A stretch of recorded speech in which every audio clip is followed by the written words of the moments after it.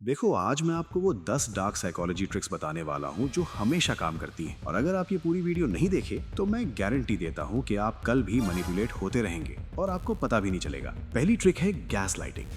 Gas lighting एक manipulation trick है जहां आपके सामने वाला बंदा आपके दिमाग और आपकी मेमोरीज के साथ मैस करता है और आपके अंदर सेल्फ डाउट क्रिएट करता है।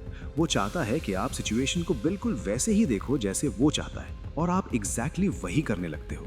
एक एग्जाम्पल से समझो। मान लो किसी ने आपके साथ कुछ गलत किया और जब आप उन्हें बोलने गए तो उन्होंने कुछ ही सेकंड्स में पूरी सिचुएशन ही घुमा दी, जैसे कि गलती उनकी नहीं बल्कि आपकी थी।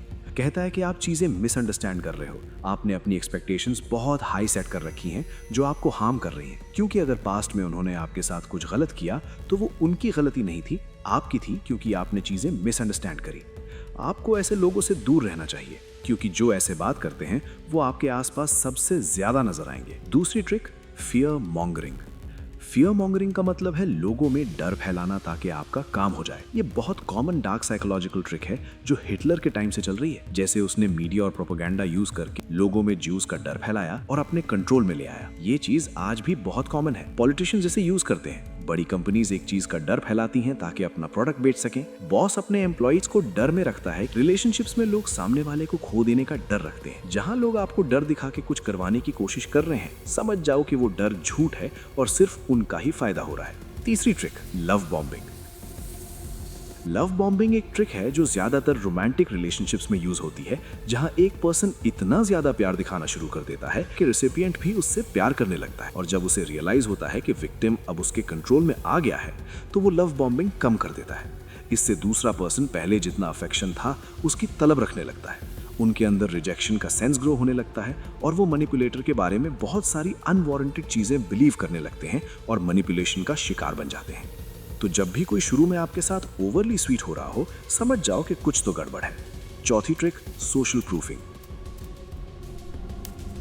सोशल प्रूफिंग के बारे में बताया गया है कि जब हम कंफ्यूज होते हैं तो हम ऑटोमेटिकली अपने आसपास देखते हैं। लोग, सेलिब्रिटीज या इन्फ्लुएंसर्स ये डिसाइड करने के लिए कि क्या सही है। सोशल प्रूफिंग एक बहुत कॉमन साइकोलॉजिकल ट्रिक है। जब आप देखते हो कि आपके आसपास लोग सेम चीज कर रहे हैं तो आप ऑटोमेटिकली उन चीजों की तरफ झुकने लगते हो। जो ट्रिक इसे डार्क बनाती है वो ये है कि लोग अक्सर फेक सोशल प्रूफ क्रिएट करने की कोशिश करते हैं। पॉजिटिव मूवी रिव्यूज देखने से हम मूवी देखने चले जाते हैं, चाहे वो इतनी अच्छी ना हो। कोई आपको इतना अच्छा ना लगे लेकिन आपके फैमिली और फ्रेंड्स कहें कि बहुत अच्छा है, तो आप अपनी परसेप्शन चेंज करने लगते हो।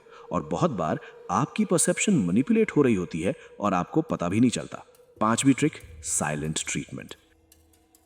साइलेंट ट्रीटमेंट भी एक बहुत डार्क साइकोलॉजिकल हैक है जो पूरी तरह से एक लाइन पर डिपेंड करता है, silence speaks louder than words. कभी कभी कुछ ना बोलने से बेटर रिजल्ट्स मिलते हैं कुछ बोलने से, या कोई रियल लाइफ चीजें या ड्रामा करने से, क्योंकि साइलेंस सामने वाले में मल्टीपल इमोशंस ट्रिगर करता है। वो कंफ्यूज हो जाते हैं, सेल्फ डाउट करने लगते हैं, गुस्सा आता है और साथ ही साथ उनका अटैचमेंट आपसे भी बढ़ जाता है। छठी trick, guilt tripping.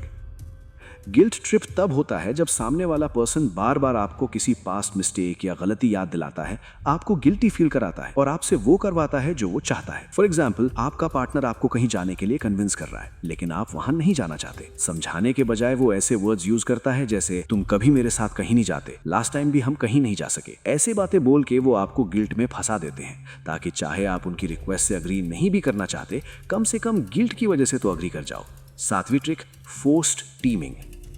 Forced teeming एक मैनिपुलेशन टैक्टिक है। आप इसे इजीली प्रोफेशनल लाइफ में नोटिस कर सकते हो। आपका बॉस आता है और लंबी स्पीच देता है कि कैसे हमारी कंपनी एक बड़ी प्रॉब्लम में फंस गई है और साथ में एक अपॉर्चुनिटी भी लेके आई है जिसमें हम सब साथ हैं, राइट? जैसे ही आप हाँ कहते हो, आपका बॉस कहेगा, इसलिए हम सब इस संडे भी साथ में काम करेंगे, कोई ऑफ नहीं। इस तरह से आप फोर्स टीमिंग का शिकार बन जाते हो। ये ट्रिक आपका फ्रेंड, पार्टनर, कॉलीग कोई भी यूज कर सकता है, जहां वो अपनी प्रॉब्लम को ऐसे प्रेजेंट करते हैं जैसे वो आपकी भी प्रॉब्लम है। आठवीं trick, restriction of choices. Restriction of choices एक तरीका है लोगों की डिस्टेंस को अपनी डायरेक्शन में लाने का। लोगों के साथ डायरेक्टली काम करना इजी नहीं है, लेकिन जब आप उनकी चॉइसेस पर लिमिट्स लगाओ तो उनकी डिसीजन मेकिंग पावर भी लिमिटेड हो जाती है। नाइन्थ ट्रिक है एम्पलीफाइंग प्रॉब्लम्स। एम्पलीफाइंग प्रॉब्लम्स का सिंपल मतलब है कंफ्यूजन क्रिएट करना। रोड पर दो लोगों को एक स्क्रैच के लिए आर्ग्यू करते देखकर आपको लगता है कि ये बेकार है, लेकिन जब आप खुद उस सिचुएशन में होते हो तो आपको अर्जेंसी और प्रेशर फील होता है जो आपको वल्नरेबल स्टेट में डाल देता है। फॉर एग्जाम्पल, आपको अपने पार्टनर से 5 बजे मिलना था, लेकिन आप 5:30 बजे पहुंचे। अब आपको लगता है कि सिर्फ आधा घंटा लेट हुए हैं, लेकिन आपका पार्टनर बड़ा सीन क्रिएट करेगा। अब आप नहीं जाना चाहते, अब आप वल्नरेबल हैं और बहुत ज्यादा चांस है कि आप पूरा दिन चुपचाप अपने पार्टनर की बातें एक्सेप्ट करते रहोगे। 10वीं और last trick, slightly wrong information. Slightly wrong information वाली ट्रिक में लोग आपसे चीजें छुपाते हैं, कुछ ना बोल के या कॉन्वर्सेशंस डिफ्लेक्ट करके।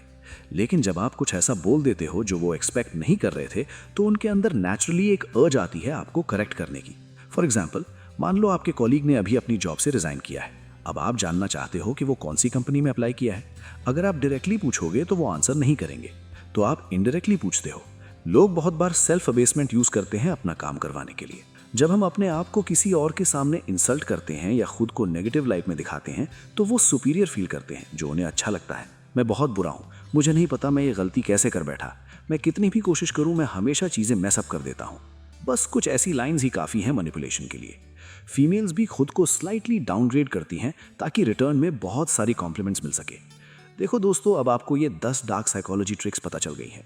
इन ट्रिक्स को पहचान के खुद को मैनिपुलेशन से एम्पावर करो। अवेयरनेस से ही आप रिलेशनशिप्स और सिचुएशंस को नेविगेट कर पाओगे और अपने खुद के दिमाग का कंट्रोल अपने हाथ में रखो। अगर ये वीडियो हेल्पफुल लगी तो लाइक जरूर करना और ऐसे वीडियोस के लिए चैनल सब्सक्राइब करना मत भूलना। कमेंट्स में बताओ कि इनमें से कौन सी ट्रिक आपने पर्सनली फेस की है, मैं जरूर रिप्लाई करूंगा। मिलते हैं नेक्स्ट वीडियो में, तब तक के लिए टेक केयर।